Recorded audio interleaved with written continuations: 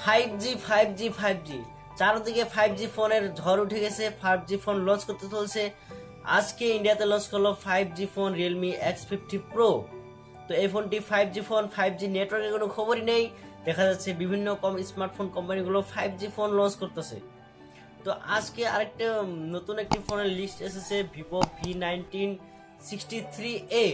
তো এই ফোনটি চায়নার টিনা নামে সার্টিফিকেশন সাথে লিস্টেড হয়েছে। সেখান থেকে আমরা কিছু এর বিষয়ে স্পেসিফিকেশন জানতে পেরেছি। তো আজকের ভিডিওতে এই বিষয়ে আলোচনা করব। ভিভোর নতুন একটি ফোন আসতে চলছে, সেটা Z6, যেটা নাকি 5G ফোন। ভিভোর বিষয়ে ভিডিও বানিয়েছিলাম, যদি না দেখে থাকেন ডিসক্রিপশনে লিংক দিলাম, আই বাটনে লিংক দিলাম, সেখান থেকে দেখে নেবেন। চলুন ভিডিওর মূল প্রসঙ্গে ফিরে যাওয়া যাক। V19 63A এই ফোনটি চায়না নামে লিস্টেড হয়েছে।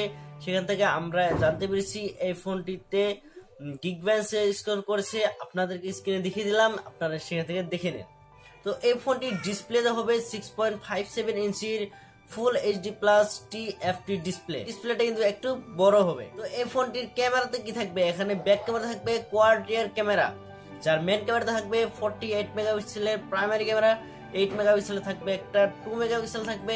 তারপরে মেগাপিক্সেলটা কত মেগাপিক্সেল থাকবে এখন পর্যন্ত জানা জানি, এবং এর সেলফি ক্যামেরা কিন্তু কত মেগাপিক্সেল থাকবে এখনো পর্যন্ত জানা যায়নি। কোম্পানি এর বিষয়ে এখনো পর্যন্ত জানায়নি। তো এই ফোনটির প্রসেসর কি থাকবে, যেটা হয়তো 5G ফোন মিড বাজার সেগমেন্টে লঞ্চ করবে। এখানে প্রসেসর থাকবে Qualcomm Snapdragon 765G প্রসেসর, যেটা নাকি গেমিং প্রসেসর। তো এই ফোনটিতে গ্রাফিক্স থাকবে Adreno 620 GPU। তো আমি কম্পারিজন ভিডিও বানিয়েছিলাম Snapdragon 765 এবং 765G, এই দুটির মধ্যে তফাৎ কি চাইলে আপনার ডিসক্রিপশনে লিংক দিলাম, সেখান থেকে দেখে নিতে পারে। তো এখানে থাকবে Snapdragon 765G প্রসেসর, 2.4 GHz একটা ক্লক থাকবে। তো এই ফোনটিতে ব্যাটারি থাকবে 4880 mAh ব্যাটারি।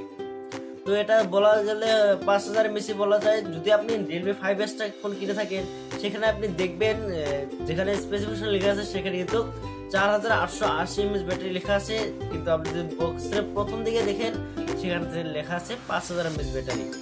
তো এটা কিছু না, এখানে 5000 mAh আপনি ধরে নিতে পারেন। এই ফোনটির দুটি ভেরিয়েন্ট আসবে, 6GB RAM এবং 64GB ইন্টারনাল স্টোরেজ, এবং 8GB RAM 128GB internal storage. তো এখানে কিন্তু dedicated micro SD card slot থাকবে 256GB পর্যন্ত, এখানে ইন্টারনাল স্টোরেজ সাপোর্ট রয়েছে।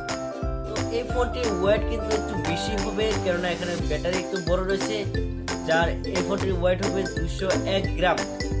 এই ফোনটি রান করবে Android 10 বেস করে, out of the box Android 10 পাবেন, এবং Fantas OS 9.2 যে লেটেস্ট ভার্সন রয়েছে তাদের সেটা এখানে আপডেট থাকবে।